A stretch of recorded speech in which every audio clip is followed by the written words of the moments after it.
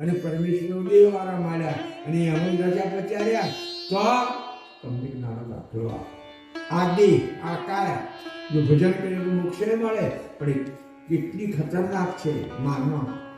એક ઘરમાં 5-10 માણસો રહે છે, કદાચ સુખી ઘર તો સારું જે હોય તે, પણ રાતના સાંજના ટાઈમે ઘરમાં કોઈ સુરક્ષા બેન હશે, બધા બોલદારા થયા.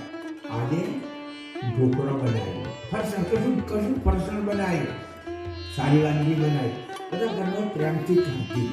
બધા ઘરમાં રાતના એ ફરસાણ પ્રેમથી ગયું.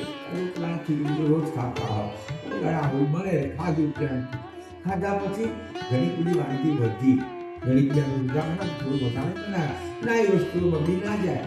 એટલે જે વસ્તુ વધીને એને કહો ફ્રીજમાં, અને કહો ફ્રીજમાં તો તમે ઘરમાં શાકમાં ગયેલા આમ લગડાઈને એમાં મૂકી દીધું, બગડે ના હવા લાગે એટલે ફ્રીજમાં કાશીકામાં વસ્તુ મૂકી દીધી, બધા ખાઈને સૂઈ ગયા.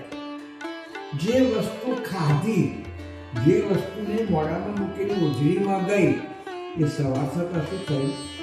નિષ્ઠા થઈ. હતું મિષ્ટાન, પણ શરીરનો સંગ કર્યો ને, ઉજળીમાં ગયો, ડાયજેસ્ટ થયો, એટલે વિષ્ઠા થઈ ગઈ. બરાબર. પણ પેલી સિક્કામાં કે ફ્રીજમાં જે વસ્તુઓ મૂકી હતી, સવારે નાસ્તામાં ખવાય કે ના ખવાય? ખવાય ને.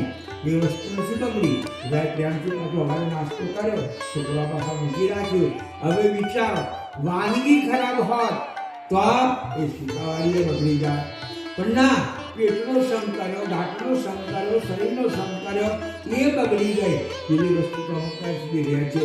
એટલે શરીર અંદર વિષથી ભરેલું, અને એના કારણે આ જો 8 કલાકમાં નિષ્ઠા બને તો આ ચૈતન્ય ક્યારનો સંગ કર્યો?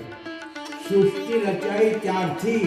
હા, કદાચ ફૂલ છોડે પાછું ધારણ કરે, ફૂલ છોડે પાછું ધારણ કરે, કદાચ કોઈ દેવીની ભક્તિ કરે તો ફૂલનું સૂક્ષ્મ 2 છોડે, અને કદાચ એ ગુણના રાજમાં જાય, એટલે પણ સુગમ કેવા લૌકિકમાં જાય. પણ ત્રણ તો છે ને, ત્રણેય તો કારણ, મહાકારણ અને પરમકારણ તો છે ને. કદાચ શક્તિના ધામમાં જાય તો મહાકારણ પરમકારણ તો રહે છે ને. હા, એ કૈવલ ધામમાં જાય અને માત્ર એટલો પરમકારણ જે પાછું જગતમાં આવે નહીં, પણ કેટલા સુધી પહોંચવા માટે પાછા વળી જઈએ. એટલે જ્યાં સુધી દેહ છે, ગાંઠ છે, ત્યાં સુધી તાપ, ત્યાં સુધી જન્મ અને મરણ છે.